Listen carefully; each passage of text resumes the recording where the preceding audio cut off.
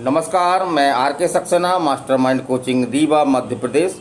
और आज का हमारा ये वीडियो उन बच्चियों के लिए बहुत ही इम्पोर्टेंट होने वाला है जो नर्सिंग के क्षेत्र में अपना कैरियर बनाना चाह रही हैं। तो जी हाँ, ख़ास तौर से वीडियो हमारा ये मध्य प्रदेश की उन बच्चियों को लेकर के है जो नर्सिंग एग्ज़ाम की तैयारी कर रही हैं या करना चाह रही हैं, या वो बच्चियाँ जो 12th के साथ उन्होंने बायो ले रखा है और नर्सिंग क्षेत्र में अपना करियर बनाना चाह रही हैं। तो जनरली देखने में आया है कि मध्य प्रदेश में बच्चियां पीएनएसटी की ओर उनका ज़्यादा रुझान होता है, अन्य कोर्सों के बारे में बहुत कम जानती हैं या करना नहीं चाहती।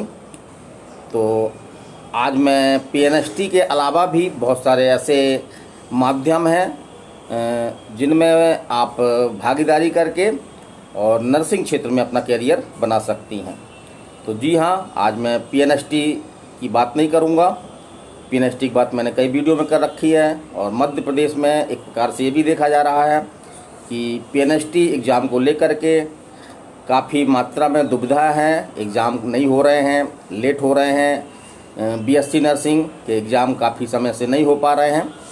तो इसका एक विकल्प ये भी है कि हम जो है वो नर्सिंग के क्षेत्र में ही जो अन्य माध्यम हैं उन माध्यमों के बारे में जानें और उनकी तैयारी करके हम नर्सिंग में अपना करियर बना सकें। तो जी हाँ, तो एक तो आपका आर्मी नर्सिंग है।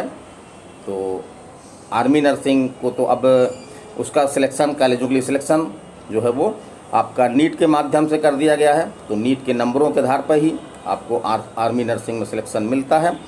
तो ऐसी बच्चियाँ जो आर्मी नर्सिंग में जाना चाहती हैं, तो नीट जो आपका डेली एग्ज़ाम, मतलब कि कोई एक नियमित एग्ज़ाम है आपका, हर वर्ष होता है आपका, उसकी डेट फिक्स है। तो उसमें कोई रोक टोक नहीं होती है। तो आप नीट की तैयारी करके एमबीबीएस भी कर सकती हैं और एमबीबीएस के साथ साथ अगर आपके नंबर कम हैं तो आप जो है वो आर्मी नर्सिंग में भी जा करके अपना करियर बना सकती हैं। आज हमारे वीडियो का मुख्य उद्देश्य है आपका एम्स 2024 नर्सिंग एग्ज़ाम। तो एम्स 2024 का हम आज जानकारी देंगे कि एम्स 2024 का जो एग्ज़ाम होता है आपका बीएससी नर्सिंग में एडमिशन के लिए, तो उसमें क्या क्या योग्यताएं हैं, उसका फॉर्म कब आता है और एग्ज़ाम पैटर्न क्या है, इसके बारे में मैं पूरी जानकारी आपको आज देने वाला हूं। तो जो भी इस वीडियो में आज नए हों तो इस चैनल को सब्सक्राइब कर लें, क्योंकि इस संबंध में हम नए नए अपडेट आपको देते रहते हैं। तो जी हाँ, आज हम बात कर रहे हैं बीएससी नर्सिंग एम्स की। तो निसंदेह रूप से एक सेंट्रल लेवल का आपका ये एग्ज़ाम है और पीएनएसटी से हम इसे ज़्यादा बेस्ट भी कह सकते हैं, क्योंकि इसमें जो पे स्केल वगैरह है वो एमपी की तुलना में जो है वो अधिक है। तो हम बात कर रहे हैं एम्स 2024 बीएससी नर्सिंग। कैसे इस एग्ज़ाम को क्रैक करके आप एम्स कॉलेज में बीएससी नर्सिंग का कोर्स करके और अपने कैरियर को जो है वो बना सकती हैं। तो जैसा हमको मालूम है कि एम्स जो है एक बहुत बड़ी संस्था है जो एमबीबीएस है, आपके बीएससी नर्सिंग है, विभिन्न प्रकार के पैरामेडिकल कोर्स हैं, इनका संचालन करती है और राष्ट्रीय लेवल पे करती है। और मध्य प्रदेश में भी आपका एम्स का कॉलेज है, वो आपका भोपाल में है। तो चलिए हम बात करते हैं कि कौन बच्चियां जो है वो एम्स बीएससी नर्सिंग का फार्म जो है वो फिलअप कर सकती हैं। तो उसके लिए कोई ख़ास बात नहीं है जैसा पीएनएसटी में होता है। तो यदि हमने 12th के साथ जो है वो 12th के साथ हमने जो है फिजिक्स, केमिस्ट्री, बायो और इंग्लिश इसमें एक सब्जेक्ट हो, यदि हमने पास किया है तो हम बीएससी नर्सिंग एम्स का फार्म हम जो है वो फिलअप कर सकते हैं। और जैसे कि जनरली जैसे कि आपका पीएनएसटी में भी आपका जो बीएससी नर्सिंग होता है वो कोर्स आपका 4 वर्ष का ही होता है। तो इसमें भी आपका कोर्स जो है वो 4 वर्ष का ही होता है। और जहाँ तक हम बात करें कि कई बच्चियाँ ये कहती हैं कि सर हमारी आर्थिक स्थिति ऐसी नहीं है कि हम महंगे कोर्स कर सकें, तो ये एक प्रकार से सही नहीं है। एम्स की जो ट्यूशन फ़ीस वगैरह होती है बहुत मामूली फ़ीस होती है, ना के बराबर होती है। और रहने की सुविधा भी जो है वो बहुत ही मामूली फ़ीस में दी जाती है। तो कोई भी बच्चियाँ, उनकी अगर आर्थिक स्थिति इस तरह की दिक्कत है उनको, इकोनॉमिक दिक्कत है, तो वो भी आपका एम्स नर्सिंग का कोर्स करके और अपने क्षेत्र में आगे बढ़ सकती हैं। अब हम बात कर रहे हैं कि फार्म फीस, तो थोड़ा सा यहाँ पे एक चीज़ देखने में आती है कि जनरली हमारा जो PNST का एग्ज़ाम होता है उसमें फार्म फीस लगभग 500 के आसपास, जनरल आपका OBC के लिए, ST/SC के लिए 250 रुपये यही होती है। लेकिन जानबूझ करके क्या कि एम्स में जो है वो अनावश्यक बच्चियों की संख्या ना बढ़े, गंभीर बच्चियाँ ही इसका फार्म भरें, तो जो इसका फार्म भरने की फ़ीस है वो आपकी जनरल और OBC के लिए जो आपकी 2000 रुपये रखी गई है, इसी तरह से ST/SC बच्चियों के लिए जो है ये फ़ीस आपकी 1000 रखी गई है, तो दी जा सकती है।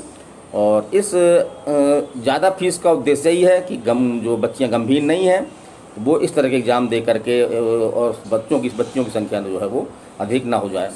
चलिए हम बात करते हैं, अब हम कब आएगा फार्म, इसका एग्ज़ाम कब तक हो सकता है ये भी हम बताएंगे आपको। उसके पहले हम बताना चाह रहे हैं जैसे कि इसका सेंटर, आपका एग्ज़ाम सेंटर जो है वो आपका भोपाल है, मध्य प्रदेश में। तो आराम से PNST का सेंटर ही भोपाल होता है, कई और नगर भी होते हैं जैसे कि आपका ग्वालियर वगैरह है, सागर वगैरह है, आपका सतना है, जबलपुर है।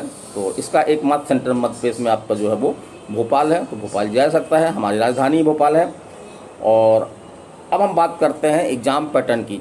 तो जिस तरह से आपका BSc नर्सिंग में आपका 150 नंबर का पेपर होता है, जिसमें 30 फिजिक्स, 30 केमिस्ट्री, 30 बायो और 30 इंग्लिश होती है, तो एम्स नर्सिंग का भी जो है वो कोई अलग सिलेबस नहीं है, लगभग इससे काफ़ी हद तक मिलता जुलता सिलेबस है।